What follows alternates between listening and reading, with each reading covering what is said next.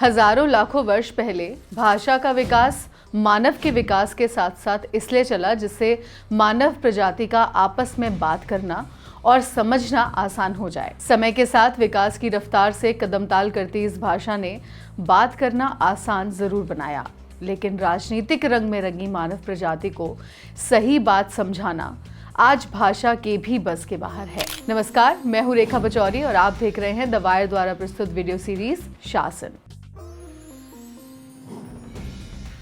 आज का हमारा वीडियो शीर्षक है विचलन। प्रताप नारायण मिश्र जी की एक पुस्तक है कविता कौमुदी। इस पुस्तक में उनकी एक रचना है हिंदी, हिंदू, हिंदुस्तान। आज की हिंदी भाषा राजनीतिक चुनरी ओढ़कर जहां आगे बढ़ रही है, वहीं राजनीतिक रंग में रंगे हिंदू राजनीतिज्ञों के आदेश की नाफरमानी के शब्द अब नहीं सुन सकते, और इन दोनों को साथ लेकर चलता हिंदुस्तान अब केवल और केवल संविधान से उम्मीद लगाए बैठा है। तमिलनाडु के मुख्यमंत्री श्री M.K. स्टालिन ने सोशल मीडिया एक्स पर अपने एक ट्वीट में लिखा कि कभी सोचा है कितनी भारतीय भाषाओं को हिंदी भाषा ने निगल लिया, और उन्होंने गढ़वाली, कुमाऊनी, मगही, अवधी, मैथिली, भोजपुरी, ब्रज, बुंदेली आदि भाषाओं सहित अन्य स्थानीय भाषाओं का नाम भी लिखा। ऐसा उन्होंने राष्ट्रीय शिक्षा नीति को ना अपनाने के संदर्भ में किया। PM schools for rising India योजना के अंतर्गत समग्र शिक्षा नीति लागू किए जाने के संबंध में फिलहाल तमिलनाडु को दिए जाने वाले 2152 करोड़ रुपए अभी केंद्र सरकार ने रोक रखे हैं। तमिलनाडु सरकार समग्र शिक्षा अभियान के अंतर्गत राष्ट्रीय शिक्षा नीति में 3 भाषाओं के नियम की बाध्यता को स्वीकार नहीं करना चाहती। राष्ट्रीय शिक्षा नीति में 3 भाषाओं के नियम में हर विद्यार्थी को 3 भाषाएं सीखनी है, 2 भारतीय भाषाएं जिनमें एक स्थानीय भाषा भी हो सकती है, और अंग्रेजी भाषा सीखना अनिवार्य है। इसमें भारतीय भाषाओं में हिंदी भाषा का नाम विशेष रूप से नहीं दिया गया है। विरोध के स्वर भविष्य में हिंदी की अनिवार्यता को लेकर दर्ज किए जा रहे हैं। इसी विरोध के चलते तमिलनाडु में रेलवे स्टेशन पर लगे बोर्ड में लिखे हिंदी शब्दों को काला भी कर दिया गया। यहाँ हिंदी भाषा के प्रति कठोरता देखने को मिली और हिंदी का साथ ऊंची आवाज में दिया भी जा रहा है। अब एक दूसरा राजनीतिक उदाहरण हमारे सामने है। उत्तर प्रदेश के मुख्यमंत्री श्री योगी आदित्यनाथ जी ने उत्तर प्रदेश विधानसभा में उर्दू भाषा के प्रति कठोरता जताते हुए कहा कि ये कठमुल्लों की भाषा है, लेकिन अपने अगले भाषण में उन्होंने उर्दू शायरी भी पढ़ी। अपने बच्चों को ये लोग पढ़ाएंगे इंग्लिश स्कूलों में, और दूसरे के बच्चे के लिए अगर वो सुविधा सरकार देना चाहती है तो कहते नहीं उर्दू पढ़ाओ इसको, यानी उसको मौलवी बनाना चाहते हैं, कठपुल्ला पर की ओर इसको ले जाना चाहते हैं। ये नहीं चल सकता है कि बड़ा हसीन है इनकी जवान का जादू,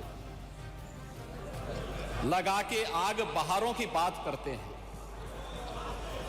जिन्होंने रात में चुन चुन के बस्तियों को लूटा वही नसीबों के मारों की बात करते हैं। एक दिन में राजनीतिक मुद्दे को बढ़ावा देने के लिए उर्दू कठमुल्लों की भाषा हो गई, और अगले क्षण वह आपकी बात को विपक्ष तक पहुंचाने का माध्यम भी। शायद राजनेताओं का उर्दू शायरी पढ़ना उन्हें कठमुल्ला नहीं बनाता। उर्दू के प्रयोग से केवल आम लोग ही हाशिए पर हैं।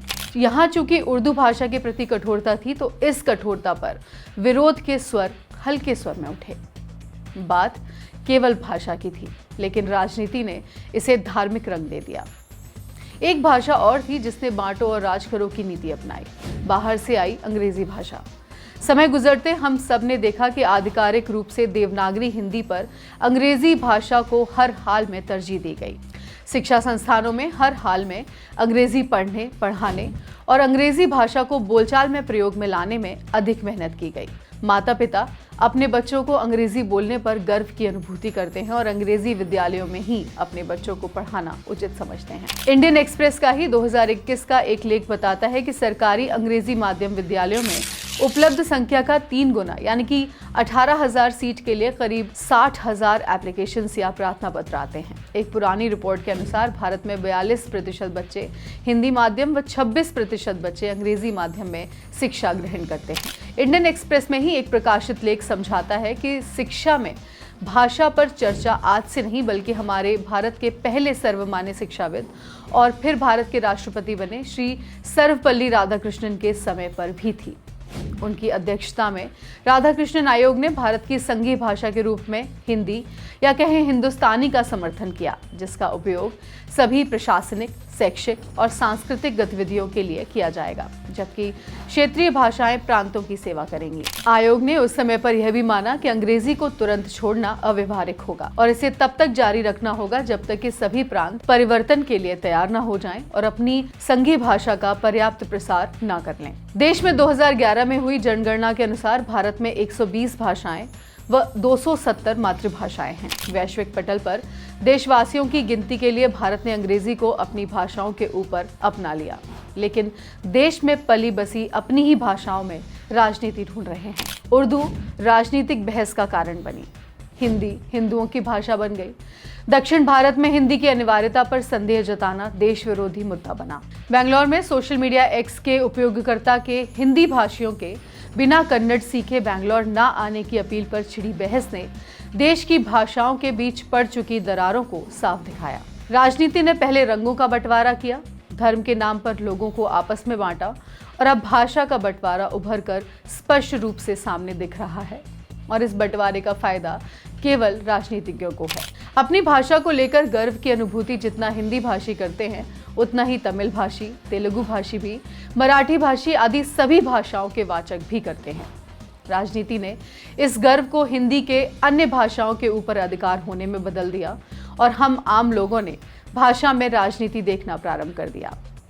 5 साल के लिए मिलने वाली कुर्सी पर जमे रहने के लिए हजारों साल पुरानी भाषाओं को राजनीतिक रंग दे दिया। हमने पहले भी कहा था और आज फिर अपनी बात को दोहराते हैं।